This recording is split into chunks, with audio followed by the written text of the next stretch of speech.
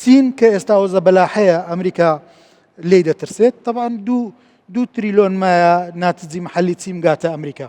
چین 18 تریلۆنە ئەمریکا 20 تریلۆنە دوسێ ساڵکە بە پێشی دەکەیتەوە ساڵی 1950 تا ساڵی 1962 15 تا 55 ملیۆن کەس لە چین لە برسان مرد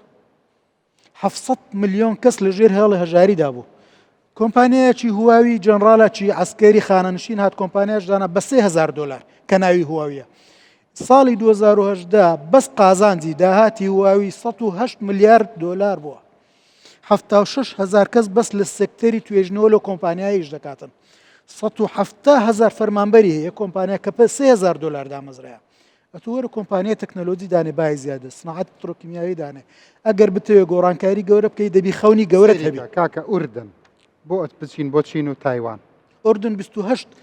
فری زۆنی هەیە وەنیە بەبێ بات ئوردن نمونەیەکی باشە ئێمە ئەتوانین بۆ نمونە سوود لە ئەزمموی ئوردن وەربگرین وەنیە دەرامەتی سروشتی نییە ئاوی خواردنەوەی نییە ئاوی حەساد دەکات توانای مرۆیەکەی بەرز کردوێتەوە بێگومان ئەو هەمان نمونە چۆن کاکمەلا یاسین دەرێ وەبەرهێنەرەکانمان دەچن لەوێ وەبەرهێنان دەکەن هەموو ڕەسمالی بەشەری عێراق لەوێ دکتۆرەکانن مهندسەکان ئەوەی ئوردن بەڕێوە دەباتن هەموو کادیری عێراقی